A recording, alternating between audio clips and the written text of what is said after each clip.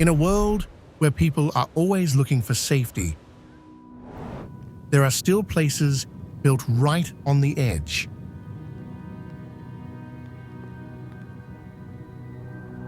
No solid foundation.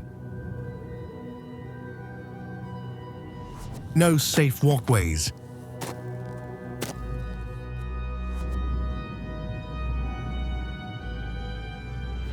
Just a few thin walls separating people from rocks, mountains, water, and thin air.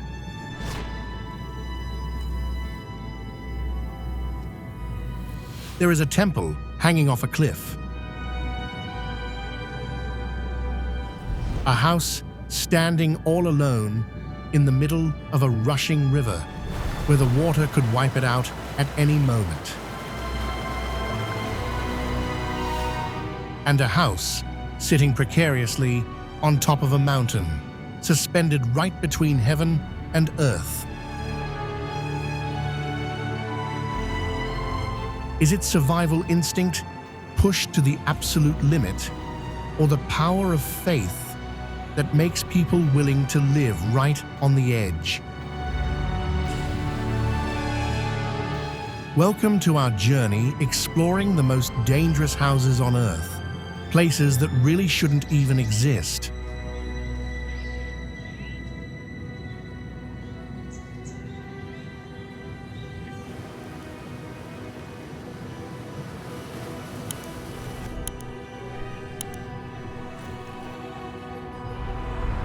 Shengquan Temple appears on the cliffs of Mount Tianwang like a mirage hanging halfway up the sky. The temple was built during the Taihei era of the Northern Wei dynasty around the year 477. When this place was built, most of the world wasn't even on the map yet.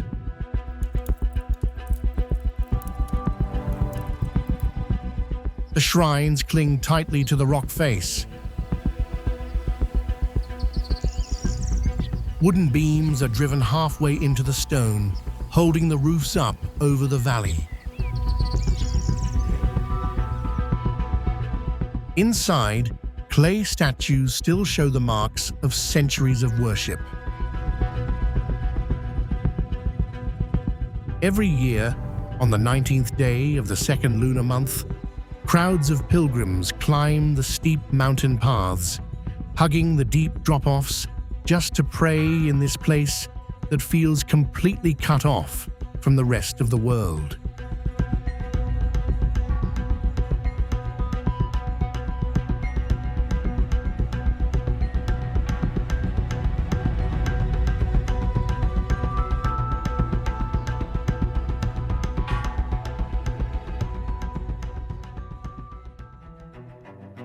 But in Colombia, people push their ambition to a whole new level.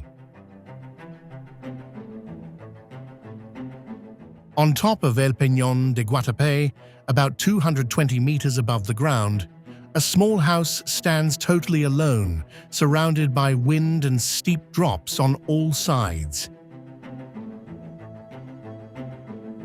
It looks like a room stuck on the roof of the world, where if you just step a little too close to the edge, the entire ground completely vanishes beneath your feet. Back in 1954, the first people had to tie themselves to ropes, cling to cracks, and wedge wooden planks into the cliff just to make a path up to this house. From that rough climb, over 700 concrete steps slowly took shape, zigzagging like a giant stitch, tying the structure to the vertical rock. The closer you get to the house, the further away the world below seems. The blue lake shatters into hundreds of little branches, weaving through the hills like an archipelago sinking into the mainland. Standing right in front of the house at the top, you get the feeling you are not even on Earth anymore, but hovering above a world that could swallow anyone up with just one wrong step.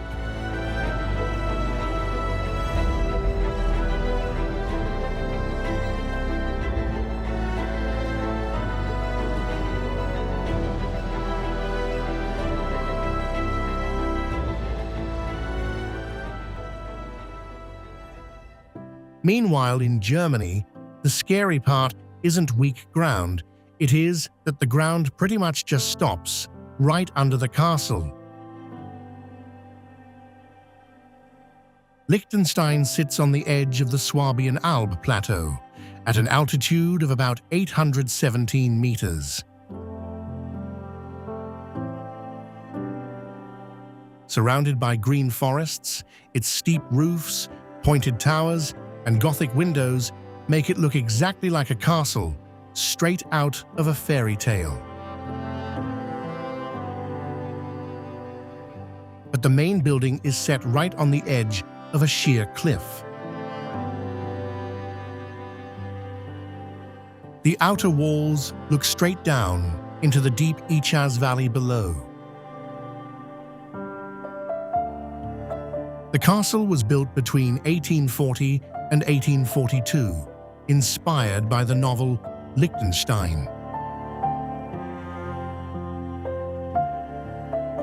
Maybe that is why they put it in a spot just as unreal as the story that created it.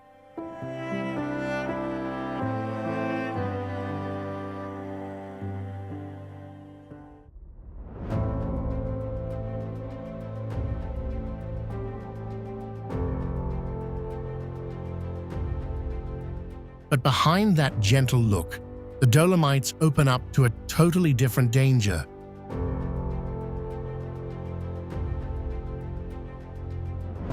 Bivacco Buffa di Perrero sits precariously at 2,760 meters on the side of Monte Cristallo.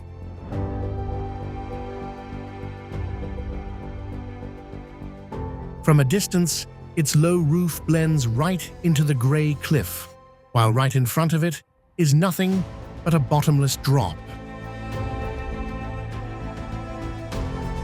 It was originally a barracks for Italian soldiers in World War I, built in a place with no roads and pretty much no flat ground.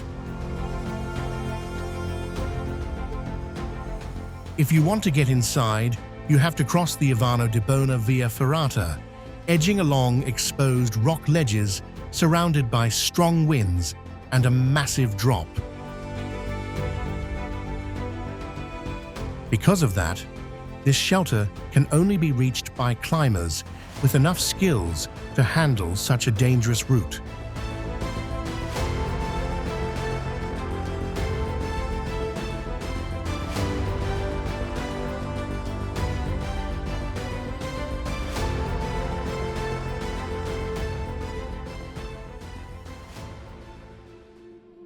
Then, in the Caucasus Mountains, everything suddenly goes totally quiet.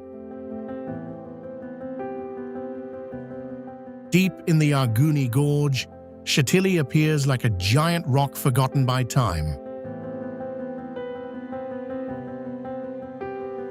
Over 60 houses and defense towers are packed tightly on the mountainside, stacked on top of each other so much that the whole village looks like one single fortress.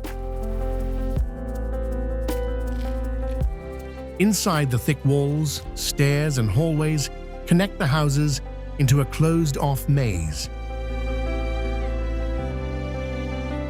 For centuries, the Kevser people didn't just live here. They turned their own homes into a defense line to protect the northern border of Georgia.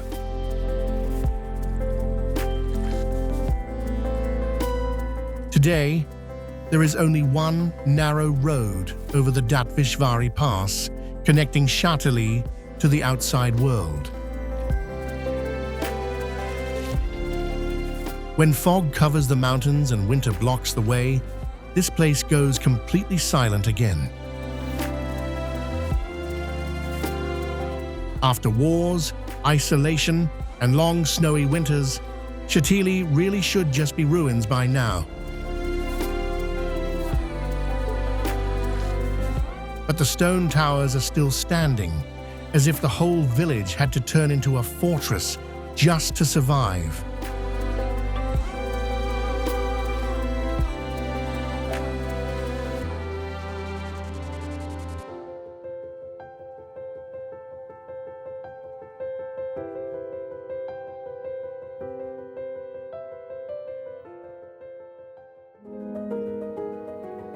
In the middle of western Serbia, the Drina River created a very fragile version of life.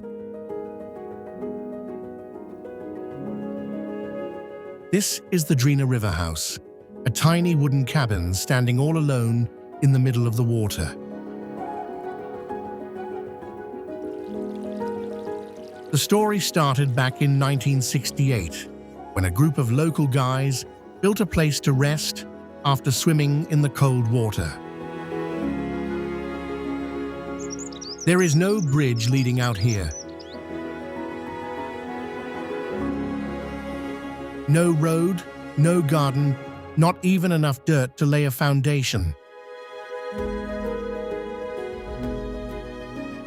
Wooden boards had to be brought in by boat, while large tree trunks were floated down from upstream and pulled up onto the rock.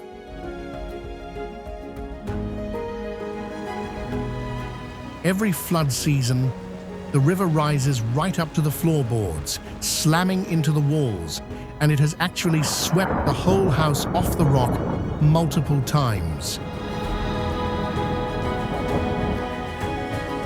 But every time the Drina River wipes it off the rock, people just build it right back in the exact spot where a house should never really be.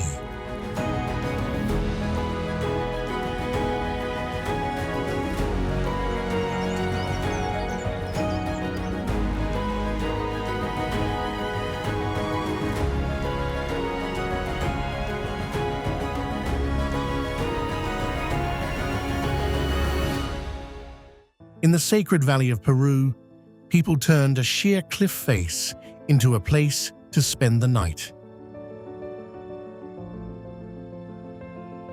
Skylodge Adventure Suites is made up of glass pods hanging about 400 meters above the valley floor. From far away, they look like clear bird nests clinging tightly to the rock. If you want to get inside, you have to climb continuously for almost 2 hours on the iron rungs of a via ferrata, where every single step just opens up more empty space beneath your feet.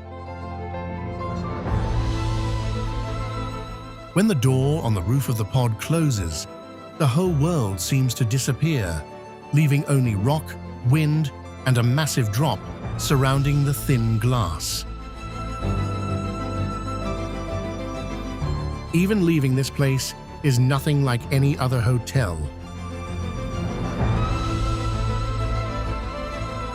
You have to launch yourself across the valley on a high-speed zip line, like the only way to escape this room is to step right out into thin air.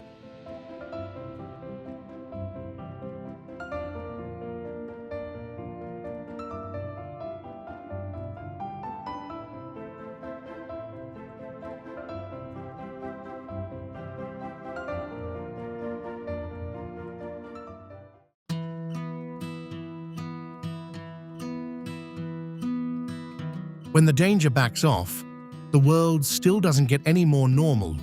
Instead, it shifts into this weird quietness, where impossible things just silently exist.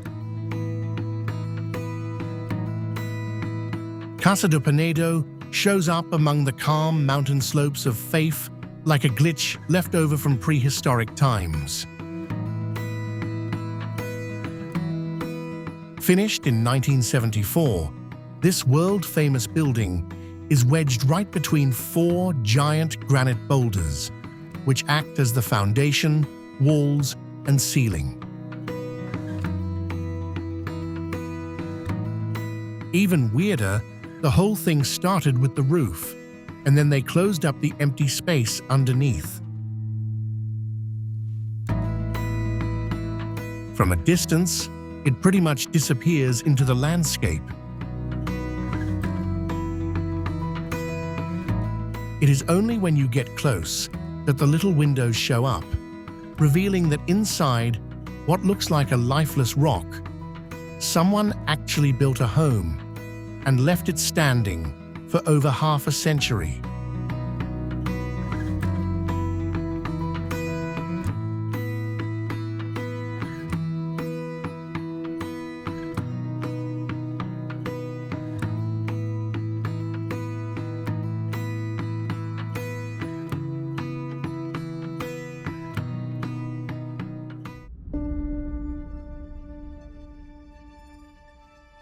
But Greek monks took hiding out to an even more unbelievable height.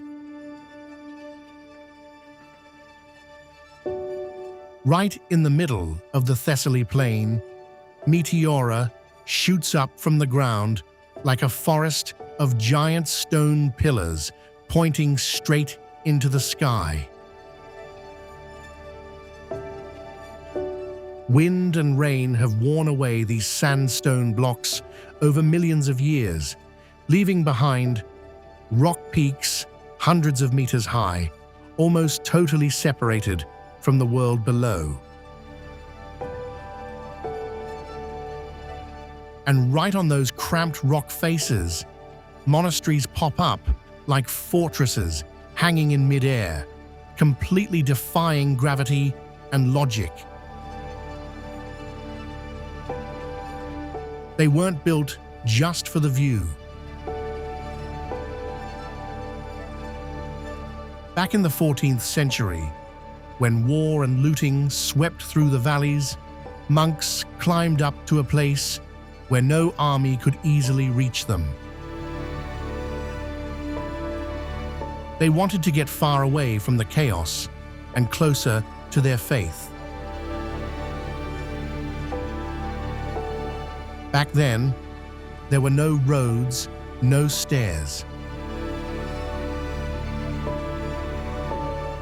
The only way in was by rope ladders, hugging the cliff, and nets pulled up by pulleys.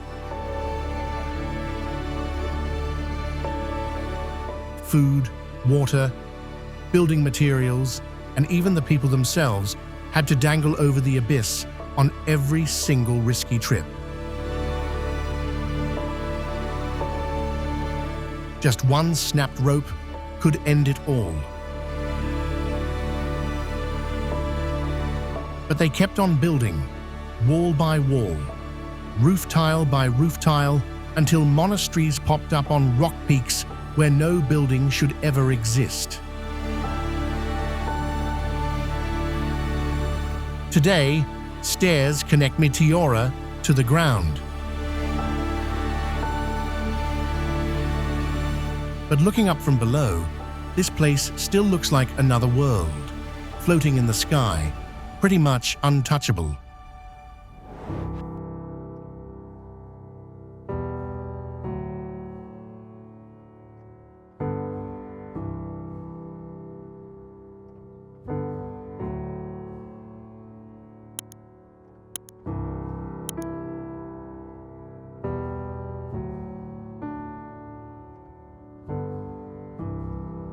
But the Uros people chose an even more unusual way to build their homes. On Lake Titicaca in Peru, at an altitude of over 3,800 meters, they didn't go looking for land. They made it themselves out of totora reeds growing in the cold water. The root blocks are pieced together, covered with layers of dried reeds, and then houses are built right on top of that fragile surface. But these islands are never truly finished. The lake water quietly rots away the bottom layers, forcing the locals to constantly add fresh reeds to keep their home from melting into the water.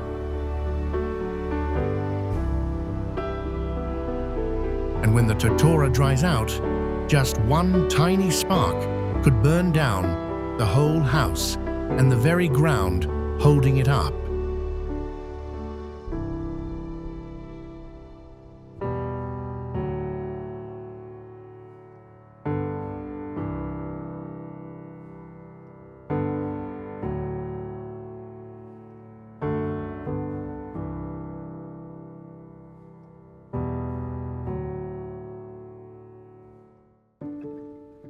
Meanwhile, out in the desert of Yemen, people decided that the top of a lonely rock was the perfect place to build an entire village out of mud. Right in the middle of Yemen's scorching hot Wadi Dawan Valley, al-Jazil has been clinging to the top of an isolated boulder for almost 500 years. The mud brick houses are packed tightly together, and the wall colors blend right into the cliff, making the whole village look like it grew straight out of the desert. But that impossible look also hides a growing danger. Every rare rainstorm soaks deep into the dirt walls, weakening the foundations and wearing away the rocky slopes. Termites keep eating away at the wooden pillars, while most of the houses have crumbled into ruins one by one. Back in 2018, out of about 45 houses, only 3 were still livable. However, because of the harsh living conditions and lack of supplies, right now there is only one single person left living in this village.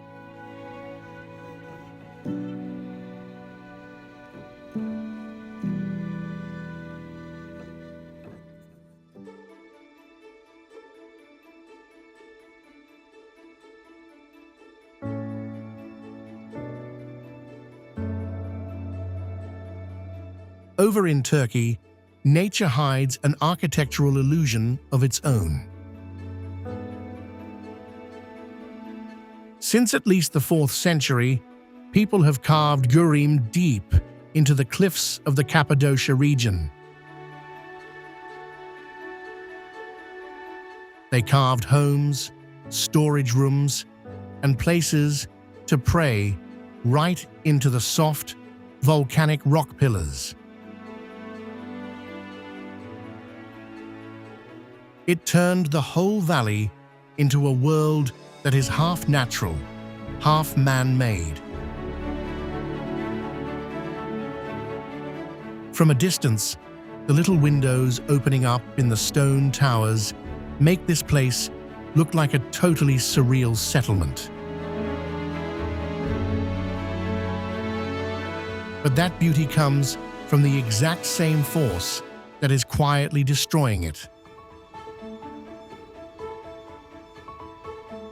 Wind, rain, and temperature changes keep wearing away layers of rock, widening the cracks around the roofs, walls, and walkways.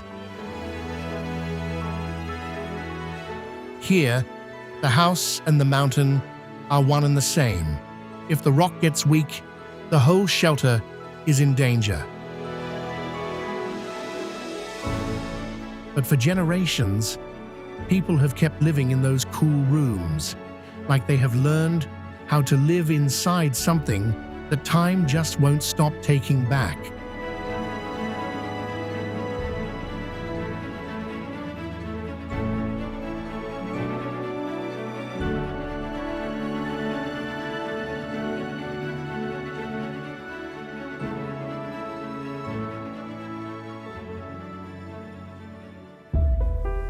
Meanwhile, among the ice-covered peaks of the Alps, people built a shelter that defies both massive drops and blizzards.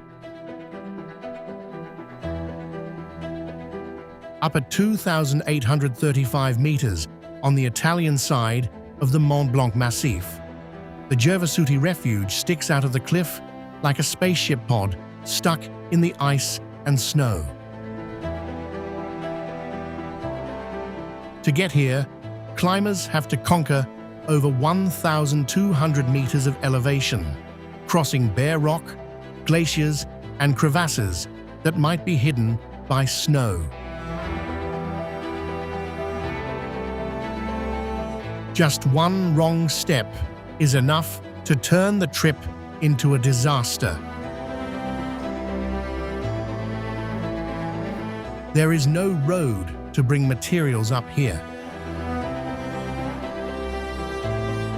The whole shelter pod had to be built down in the valley, hung under a helicopter, and then put together in the freezing wind at nearly 3,000 meters. Gervasutti doesn't exist because this place is safe. It exists because in a world that clearly isn't meant for humans, sometimes a tiny shelter is the absolute last line between surviving and completely disappearing.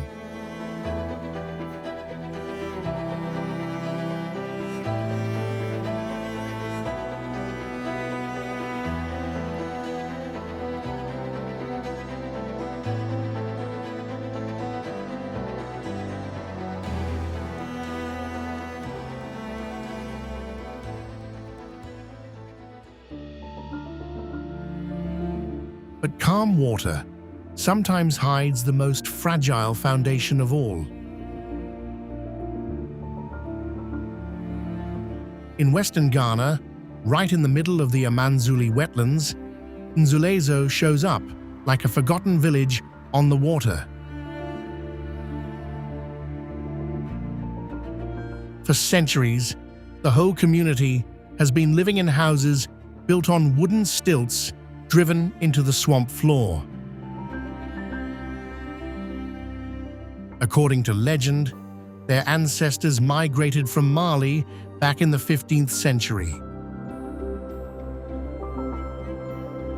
They were guided by a snail to this swamp to hide out and protect the gold they brought with them. Narrow wooden walkways connect every house, while canoes replace any kind of vehicle you would use on land. The school, the place of worship, and the everyday rhythm of life all hover just above the dark water. But the foundation of this world won't last forever.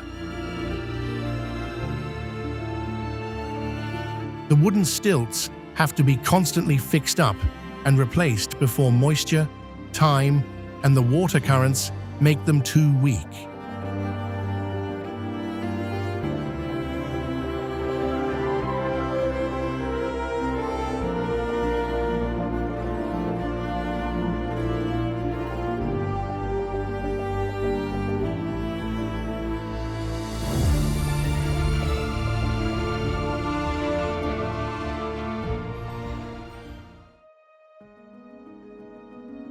But in some places, the danger doesn't show up as raging waves anymore. It quietly seeps right into the rock beneath people's feet. The houses in Kandovan aren't built up. They are dug straight into cone-shaped rock pillars, dozens of meters high.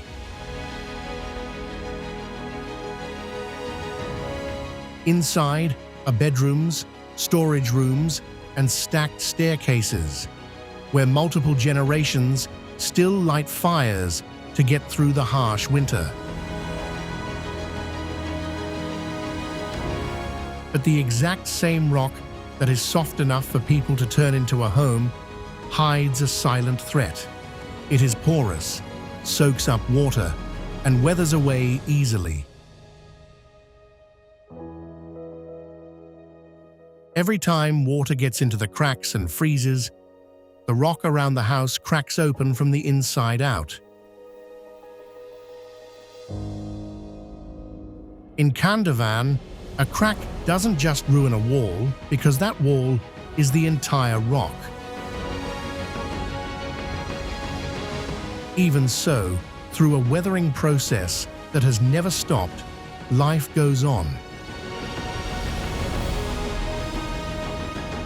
Erosion is what created this village in the first place, and it is also slowly taking it back.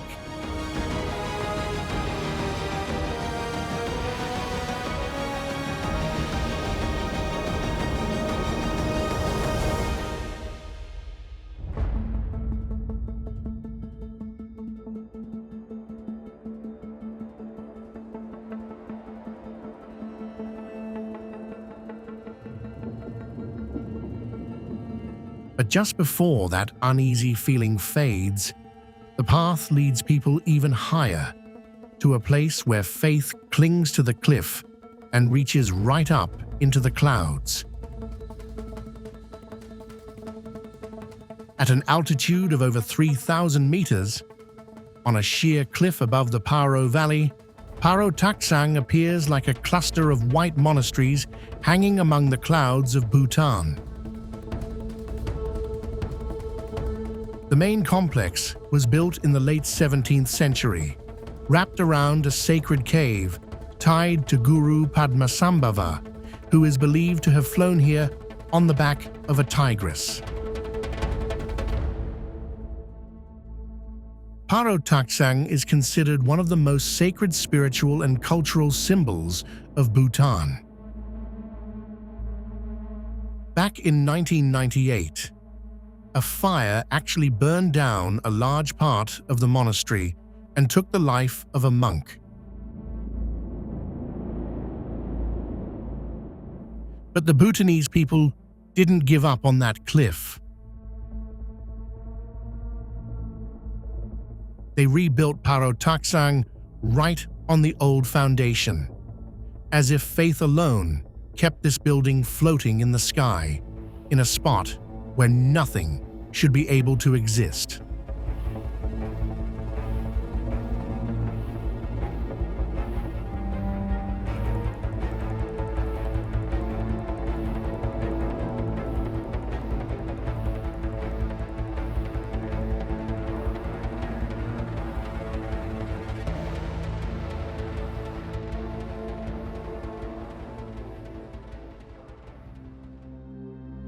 But when faith leaves the clouds and goes deep into the rock, the sacredness starts to bump into a whole different kind of danger.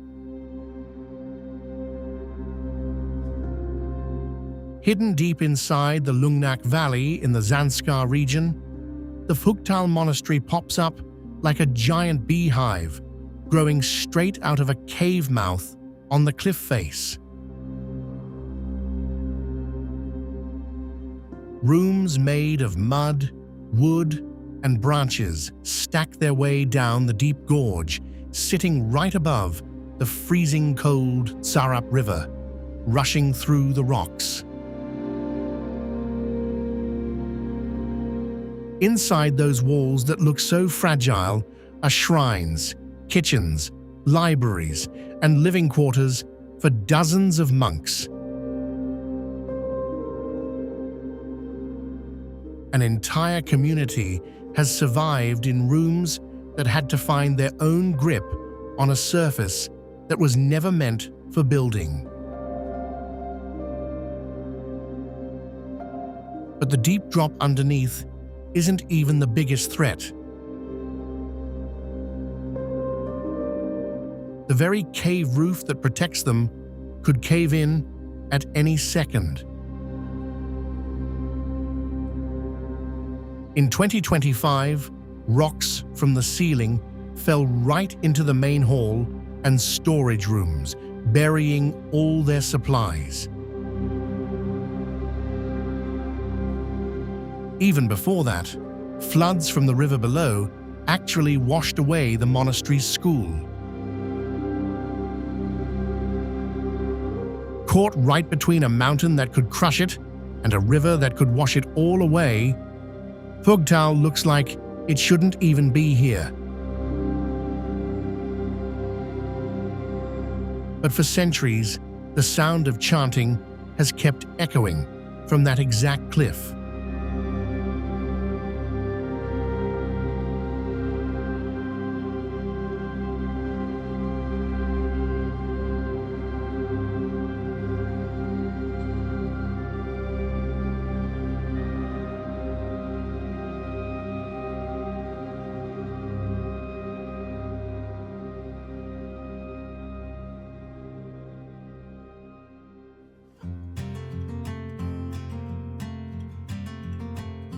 However, not every dangerous sacred site chooses to hide inside a cliff. Over in Myanmar, Taung Kalat sits right out in the open on top of the Popa volcano. Up at 737 meters, this complex of Buddhist monasteries and temples completely covers the mountain peak with gold-plated pagoda roofs. This is where the people of Myanmar worship the 37 sacred Nat spirits. To get all the way up there, you have to climb 777 steep, narrow stairs that wrap right around the rocky slope. Along the way, troops of monkeys pop up everywhere, snatching food and basically anything you are not holding on tight to. Only when you step past that final stair does the entire Mandalay Plain finally open up down below, revealing a sacred site that shouldn't even exist on top of a sleeping volcano.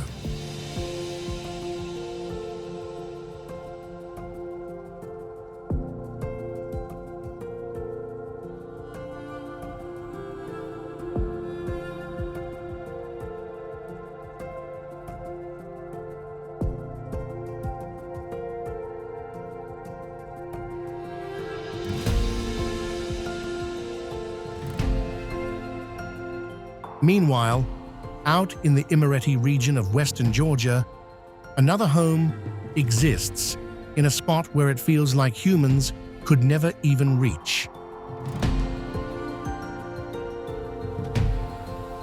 On top of the Katski pillar, a limestone column about 40 meters tall, a tiny room and a lonely church stand on a rock surface that is only about 150 square meters. Since the Middle Ages, hermits have chosen this totally isolated piece of land in the sky to live and pray, cutting themselves off from the rest of humanity. There is no path to the top. To get back up to the room, they have to climb an iron ladder glued to a nearly vertical cliff face. Food, water, and supplies are pulled up with a winch. For centuries, those little walls have survived hovering over thin air. They took total isolation and turned it into a shelter separated from the whole world.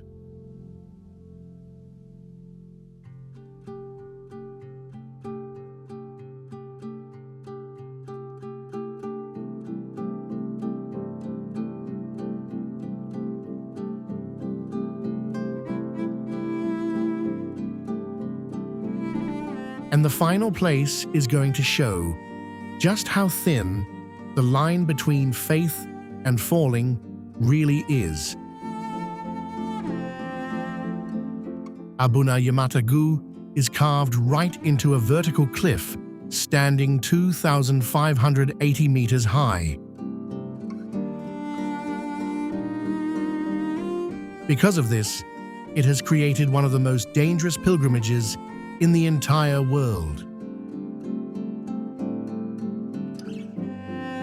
To pray here, you have to climb barefoot up straight rock faces. Your hands have to grip onto tiny footholds that have been there for centuries. The higher you get, the more the path shrinks down to sketchy little ledges right next to the abyss. Just one slip is enough to send a climber falling right off the mountain. And yet, every single Sunday, the journey still happens.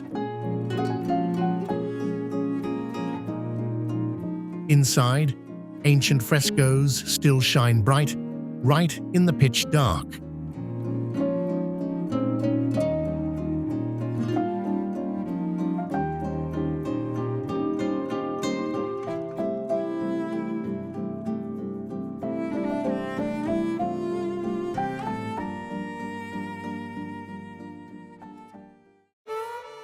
In Setenil de las Bodegas, roofs are not covered with tiles alone. Above many homes lies an entire mass of rock, projecting from the gorge and covering the street below. Residents did not dig deep into caves. They used natural recesses and built walls around them, turning the cliff itself into a ceiling. Along Cuevas del Sol and Cuevas de la Sombra, restaurants, balconies, and vehicles sit directly beneath layers of stone that seem to press down on every inch.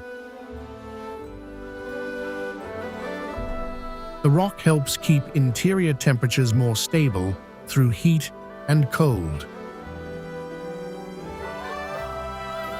But from the outside, the town still resembles a neighborhood trapped beneath a landslide that has not yet happened. Setenil survives by transforming something that should have driven people away into the most important part of the home.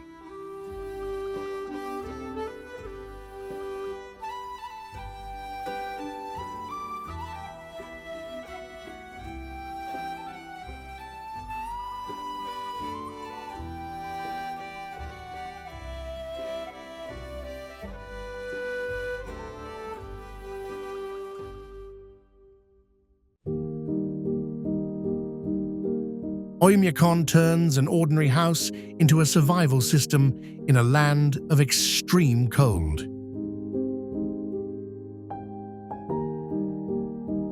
In 1933, the village recorded a temperature of roughly minus 89.9 degrees Fahrenheit, one of the lowest ever documented in an inhabited region.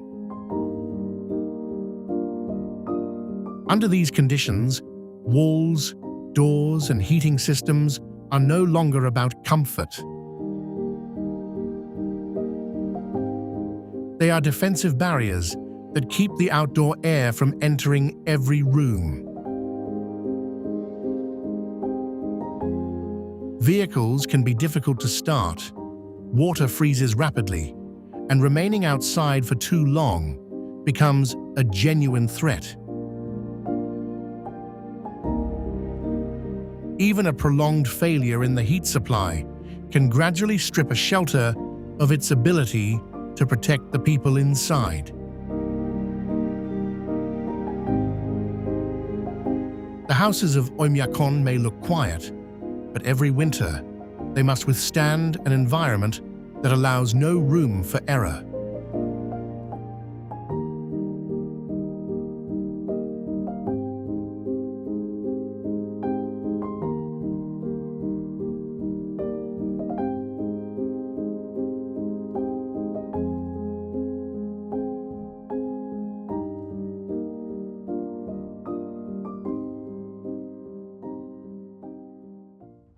The moment you step outside this door, you face glacial crevasses, thin air, and weather that can turn within minutes.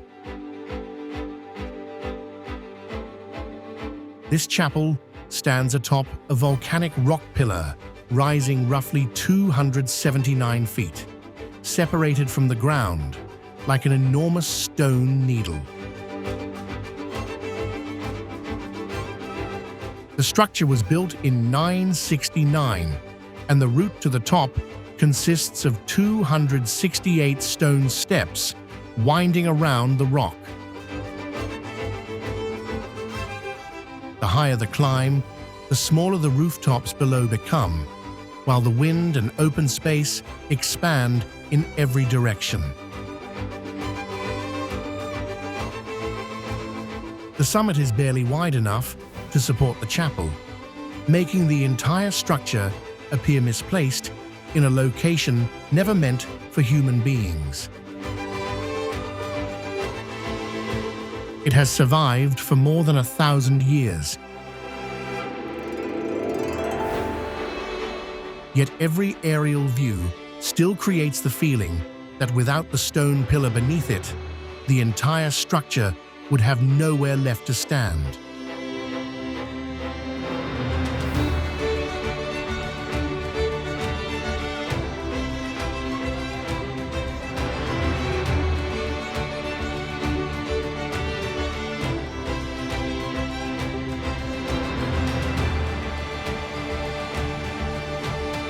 Castellfollit de la Roca stands on a narrow strip of basalt, rising more than 164 feet and extending for nearly 0.6 miles. Below, two rivers have carved through layers of hardened lava over thousands of years, leaving behind a nearly vertical wall of rock.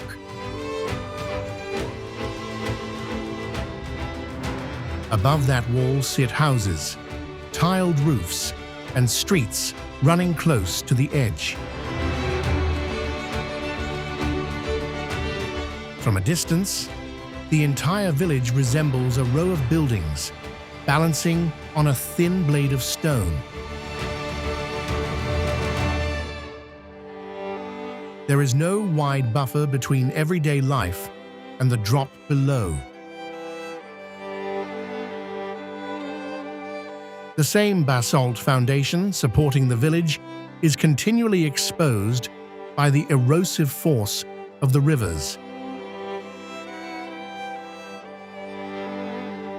Castellfollit exists in a place where a single side view creates the impression that the entire community is projecting out from the earth.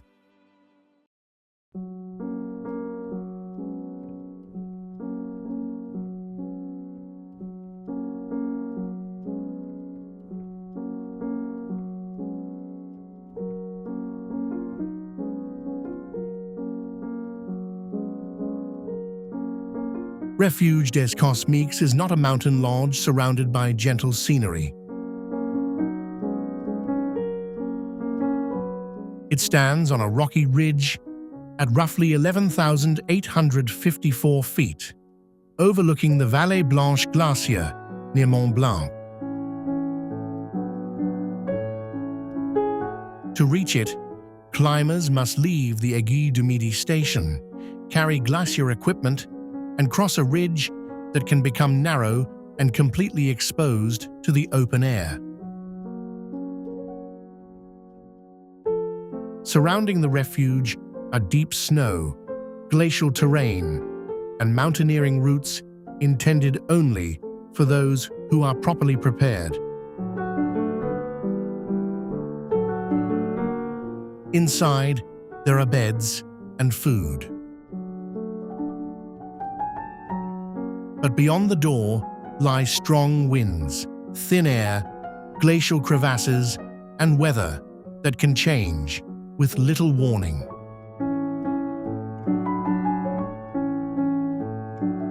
This structure exists to protect lives in the high mountains, but its location also turns a single night of shelter into a direct encounter with one of the harshest environments in the Alps.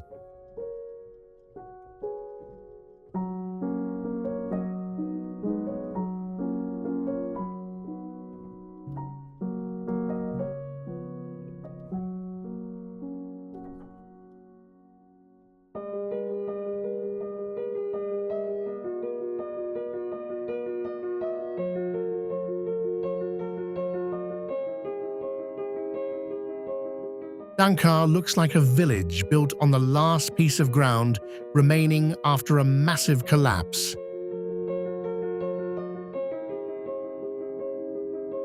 Its houses and ancient monastery cling to a high rocky outcrop overlooking the meeting point of the Spiti and Pin rivers.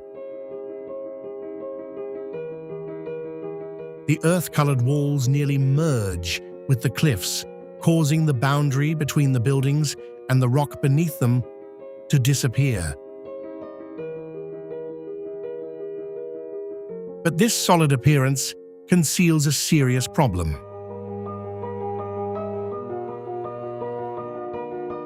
The World Monuments Fund has warned that Dankar Monastery is deteriorating severely because of geotechnical instability, neglect, and inadequate maintenance.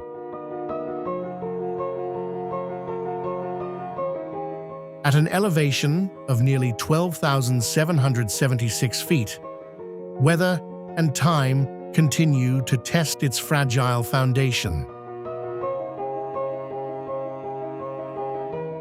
The danger at Dankar does not arrive in a single violent event.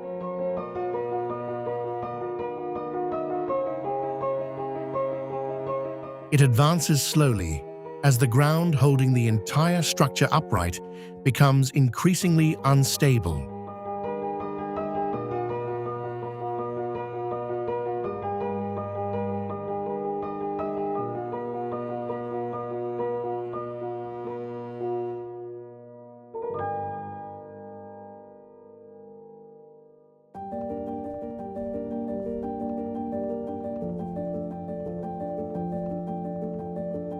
The Maijishan grottos transform an almost vertical cliff into a place where people can enter and walk.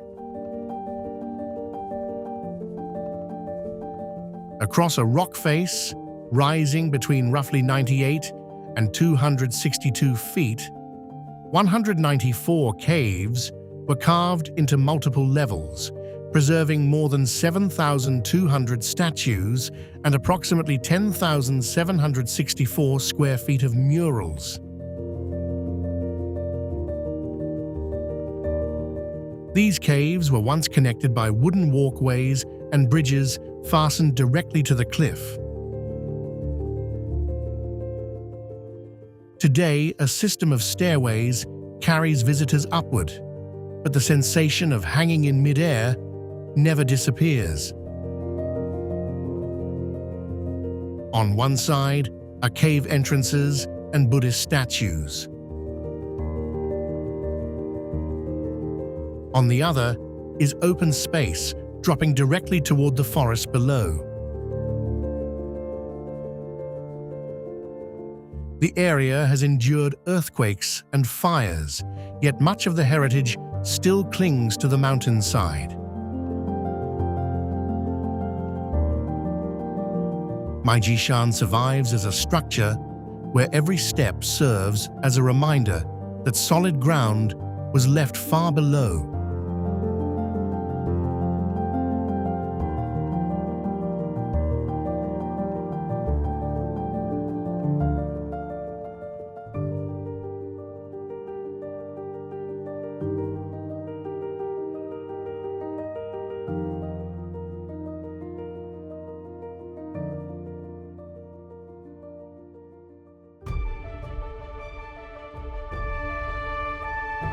Bonifacio built its entire old town above white limestone cliffs carved deeply from below by the sea. Many sections of the cliffs rise more than 328 feet, while houses and fortified walls stand directly along the upper edge. Viewed from the water, some structures appear to project into empty space, with sea caves and wave-cut openings beneath their foundations. The limestone creates an appearance of strength. But the local tourism office also describes these cliffs as fragile and instructs visitors to remain on marked paths. Here, the city does more than overlook the sea. It stands on a coastline that wind, salt water, and time are still reshaping. Bonifacio creates the impression that the ocean is quietly consuming the foundations of the houses above.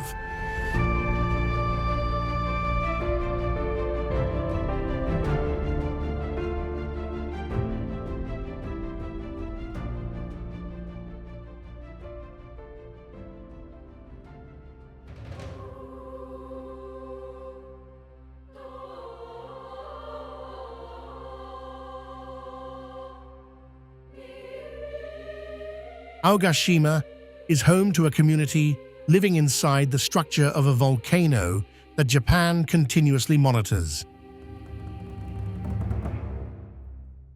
The entire island takes the shape of a massive volcanic crater, while the cone of Maruyama rises again from its center.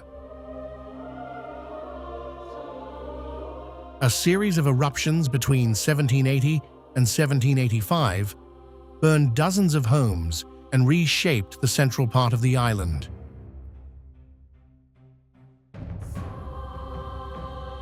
After the major eruption, Aogashima remained uninhabited for roughly 50 years. Today, houses sit among green slopes, surrounded by steep sea cliffs and the Pacific Ocean. To enter or leave, residents depend on ships or helicopters from Hachijojima. Severe weather can interrupt the journey. Aogashima is beautiful enough to resemble a natural fortress.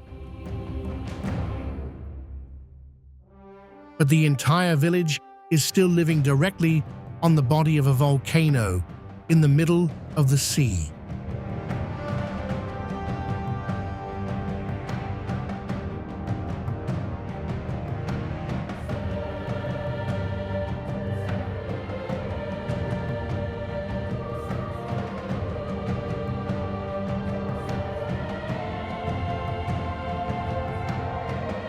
No road, stone staircase, or bridge leads directly to the entrance of Debre Damo.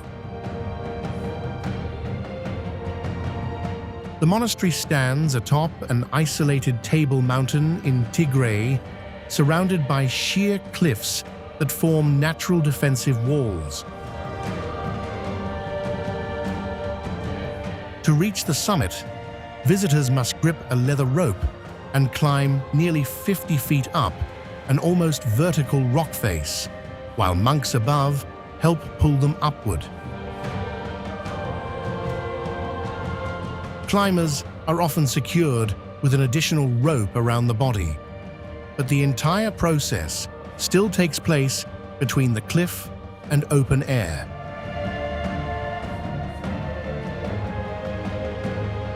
This difficult access has protected the chapels and their collection of ancient manuscripts through periods of upheaval. But everyone entering or leaving, along with every essential supply, must cross the same dangerous route. Debre Damo survives atop a stone fortress, where its only gateway seems to hang in mid-air.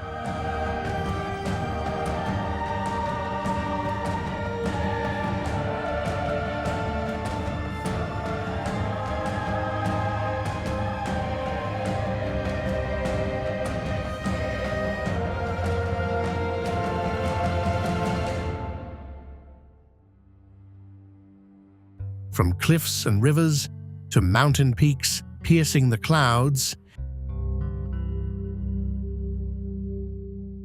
These homes still manage to exist in places where just one mistake could literally end it all.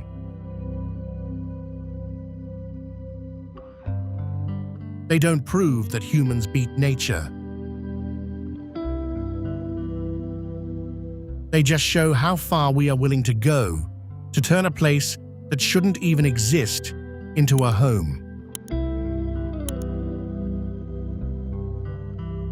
If you had to live in one of these places, which home would you choose?